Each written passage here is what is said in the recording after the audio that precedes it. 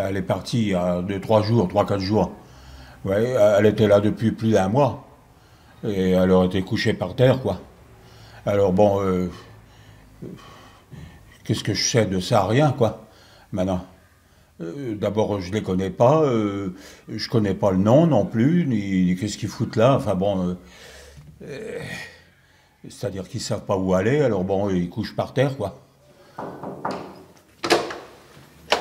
Je sais pas si tu as reçu le même courrier que moi. Non? Attends, on l'a gardé. Voilà, c'est ça. On a reçu ça.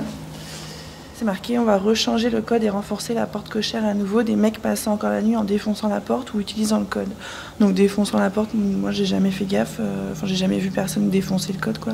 Défoncer la porte, pardon. Et après c'est marqué, si je chope le type qui file le code au clodo et au dealer, je m'occupe personnellement de sa petite gueule et de son appart à la barre de fer, ou pire, c'est valable pour tout le monde, y compris les Anglais et Américains. Donc autant, enfin effectivement, les gens qui squattent en bas, c'est pas très agréable, mais c'est pas spécialement trop dérangeant. Ça par contre, savoir qu'on vit avec des gens qui peuvent vous menacer comme ça, alors que, enfin bon, personne n'y est pour rien, je pense, c'est un petit peu plus dérangeant. Donc, voilà, bon, on peut rien faire par rapport à ça, on sait pas qui c'est qui l'a envoyé, donc un petit peu coincé.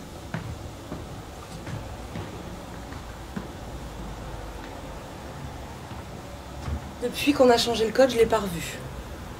Je l'ai pas revu, mais je suis pas tout le temps là. Moi. Je suis un peu à moitié ici, moitié ailleurs, donc pas toutes les nuits ici non plus. Et moi j'entends en fait souvent la nuit beaucoup de bruit en bas, et c'est là où je me dis qu'elle est là, parce que j'entends des bruits dans la cage d'escalier, j'ai même pas forcément besoin de la voir pour savoir qu'elle est là. Non, non, je vais pas discuter, non, non. Non, parce que finalement, c'est des trucs qui mènent à rien, quoi. Non, Elle a vraiment l'air défoncée. La fois où on est passé, où elle a dormi tout le dimanche, genre on faisait du bruit, elle a pas ouvert un œil, quoi. Elle était comme un bébé, quoi. oui, je crois qu'ils sont partis parce que je les vois plus. Alors, ça fait au moins 4 jours, 5 jours que je les vois pas.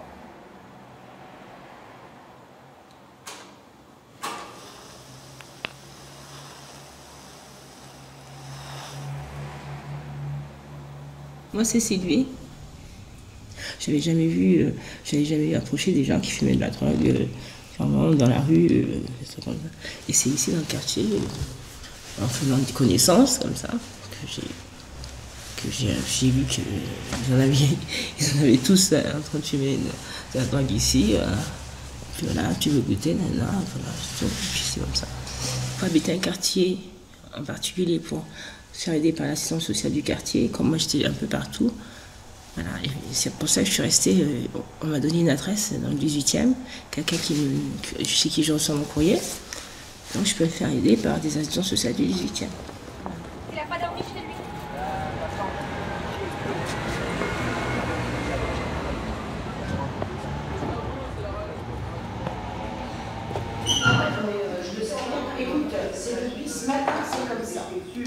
Bonjour, j'ai suivi une personne qui squattait dans ma cage d'escalier, qui était une toxicomane. Oui. Et j'aurais voulu savoir si par hasard elle n'avait pas été en garde à vue ces derniers jours, parce qu'elle a disparu depuis 2 semaines. Il y a combien de temps? Elle a disparu il y a Attendez, votre micro est en marche là? Oui, j'enregistre. En fait, moi, mon reportage, je vous explique mon reportage. Non, mais là, il faut c'est toute la l'éteindre, là. quête. J'ai pas le droit juste de discuter avec vous. Ben, il faut demander une autorisation, monsieur. Au cabinet du préfet, je peux pas vous répondre comme ça. Ah, sinon, vous n'avez pas le droit de me répondre. Ben non, attendez, je vais voir ça. Non, je peux pas vous répondre. Mais attendez, vous éteignez votre micro, s'il vous plaît.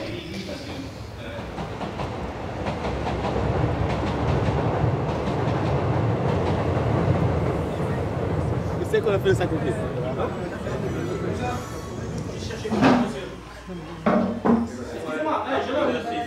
Mangez votre truc là, parce que si ils vont se fâcher là, s'ils vont dire vous enregistrer ou je sais pas quoi, ils vont vous faire un délire. Cachez votre machin 2 secondes. Il a faut le cacher. Non mais 2 secondes, juste le temps que j'appelle le. Non, c'est-à-dire qu'en fait, des Sylvie, on en a plusieurs. Donc, et puis, des fois, ils ne nous donnent pas leur vrai nom, ni leur vrai prénom. Alors, ils peuvent avoir un prénom ici, un autre prénom dans une autre structure. Donc, c'est ça qui est compliqué. André, donc Prévost, je suis, j'ai 59 ans, donc on peut dire que je suis presque à la fin de carrière. Depuis janvier 96, le 1er janvier, donc je conduis la boutique 18 avec ses 3 services, un accueil mixte, une boutique réservée aux femmes et puis une antenne mobile qui fait du maraudage. Nous, on est là depuis 93. Il y a eu des gros problèmes quand Stalingrad a été investi et ensuite vidé donc, dans les années 96-97. Je dirais que depuis 98-99, les problèmes majeurs dans la rue sont calmés, quoi. Il n'en demeure pas moins que c'est vrai qu'on les voit, les toxicomanes, et c'est vrai qu'étant là et qu'on les accueille, on peut être considéré comme ceux qui les font venir. Donc pour certains riverains, c'est vrai que ils nous tolèrent, je dirais, mais enfin ils préféraient qu'on soit ailleurs.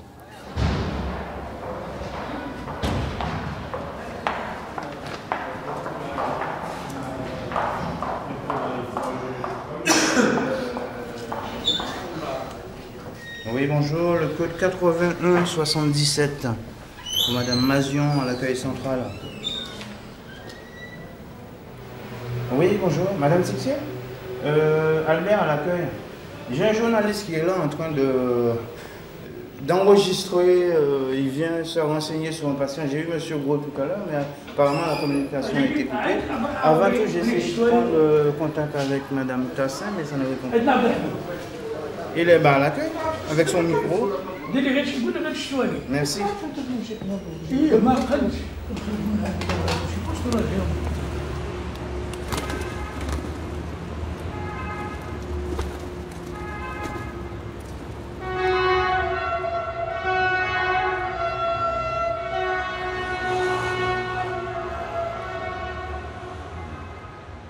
Même si je la connaissais, il me serait difficile de vous certifier que je la connais.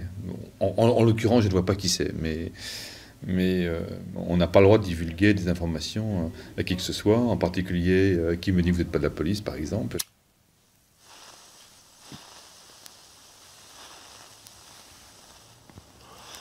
Je fais attention, je reste tranquille.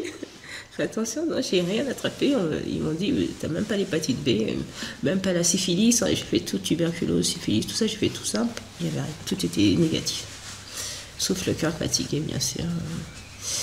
Et donc, c'est l'hypertension, en fait, qui fatigue mon cœur, en fait. Et l'hypertension, c'est le stress, ils m'ont dit, c'est à cause du stress. J'ai ça. Lorsqu'il y a une descente du crack, les gens reprennent du crack parce que la descente est tellement insupportable que c'est ce qui fait qu'à un moment donné, ils en reprennent tout le temps. Donc à un moment donné, il faut bien s'arrêter. Soit ils prennent des benzos, soit ils s'alcoolisent, soit ils prennent du Subutex. Le Subutex, par exemple, donc c'est assez classique dans les années passées. Lorsque les gens prenaient de la cocaïne, ils descendaient de la cocaïne avec de l'héroïne.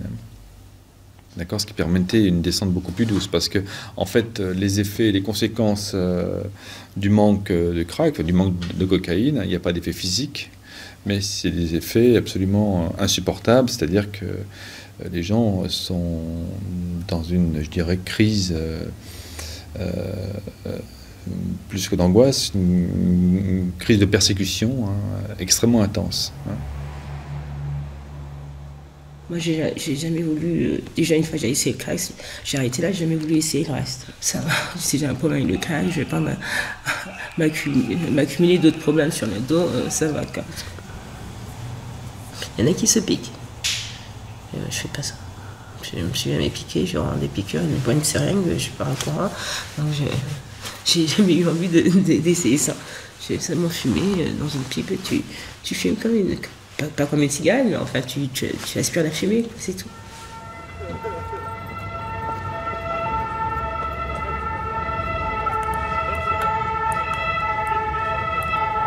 Change. C'est tout.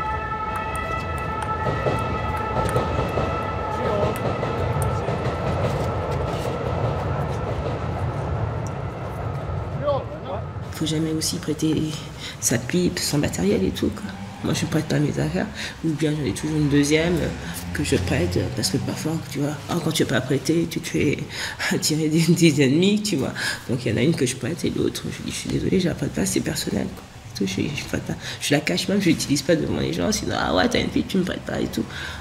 Non, je préfère pas, je prête pas. Je la sors jamais. Tout sous, j'en ai une deuxième que je prête, c'est tout. C'est pour éviter les maladies. Voilà.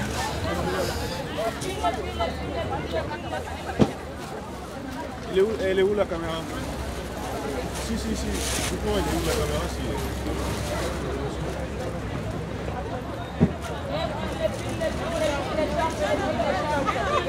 Vous savez, il faut vivre. Hein. L'écharpe et les piles. C'est dire. L'écharpe et les piles, les glantages. Oh, mais il ne faut pas filmer, il ne faut pas être gentil. Hein? Ah, on filme. Je m'appelle Makan, c'est mon vrai prénom. Depuis 15 ans, je suis dans la toxicomanie, mais bon, je connais le quartier depuis 15 ans, oui, c'est vrai. Mais toujours pas dans le même statut. Bon, là, actuellement, je suis SDF, mais bon, ce n'est pas toujours le cas. Parfois, on trouve un appart, parfois, on le perd, mais bon, mais ça va. Mais on n'a pas cherché à s'en sortir aussi. On s'y complet. Allez savoir pourquoi. That's the question. Je vois qui c'est exactement, maintenant que vous en parlez. Je la vois à Château-Rouge, plutôt. Maintenant que je vois. Je ne connaissais pas son prénom, mais c'est maintenant que ça... je la vois plus à Château-Rouge, oui. Elle dort souvent au sleeping. La rue Pajol.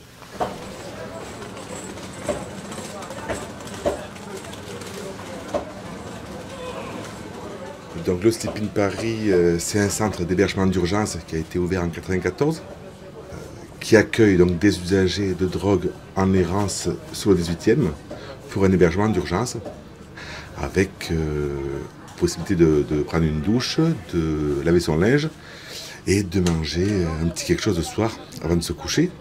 Moi je suis Vincent Terol, je suis chef de service donc, de cette structure depuis 1 an. La majorité des gens qui consomment n'ont pas grande solution quand même pour gagner de l'argent. Voilà. Soit on fait la manche, donc on va sur les axes un petit peu touristiques, soit on se prostitue, soit on vole, soit on deal. Ouais, ça m'est arrivé comme tout le monde, mais je fais pas ça. Je suis pas tous les jours dans la rue en train de chercher un client ou des choses comme ça, quoi. Non, ça m'est arrivé occasionnellement, quoi. Donc, tandis que les autres, il y en a qui font ça matin, midi et soir, se réveillent pour aller bosser. Et moi, ça m'arrive pas. En fonction de sa capacité, effectivement, à courir, à voler ou autre, voilà, on arrive à se prostituer. Et les filles, la totalité des filles, ici, et du quartier, se prostituent. Nous, on avait essayé de créer la même structure que celle-ci, pour dormir, mais inversée au niveau des fonctionnements, pour que les filles puissent venir dormir le jour et travailler la nuit.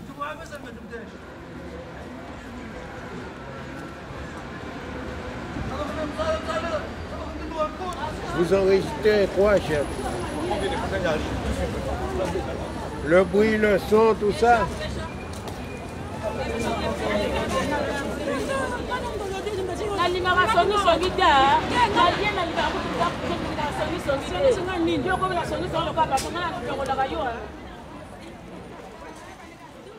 Il est vieux, mon père, maintenant. Il reste là-bas, il reste à Dakar. Et puis j'ai perdu aussi mes sœurs, j'ai plus qu'une sœur et mon père. J'avais un frère et 2 sœurs qui sont décédées. On était 5. Maintenant, j'ai plus qu'une sœur. Et puis j'ai un fils. Ma soeur est venue me chercher ici quand j'ai perdu mon boulot. Ma soeur est venue me chercher pour le ramener à Dakar. Elle disait, mes parents disaient, si tu veux galérer à Paris sans boulot, c'est ton problème, mais un enfant, on ne va pas galérer avec toi. Tu ne travailles pas, tu ne vas pas garder un enfant, quoi. Autant l'envoyer, comme je ne voulais pas l'envoyer, ben, ils ont envoyé ma soeur qui est venue me chercher, qui l'a ramené. Donc ça fait 4 ans que je n'ai pas vu mon fils. Surtout à cause de lui que j'ai envie d'aller à Dakar, parce qu'il a... Ça fait quand même, c'était un grand garçon, maintenant il a 14 ans, je l'ai quitté, il avait à peine 9 ans. Et ça fait maintenant, il a 14 ans, ça fait presque 5 ans là maintenant. Ouais, ça fait 5 ans que j'ai pas vu. On avait l'habitude d'être ensemble, quoi. Mais je voudrais pas retourner comme ça, quoi. Je voudrais un peu me stabiliser un peu avant d'y retourner, quoi. J'ai pas envie d'arriver comme une misérable. Donc c'est ça, quoi.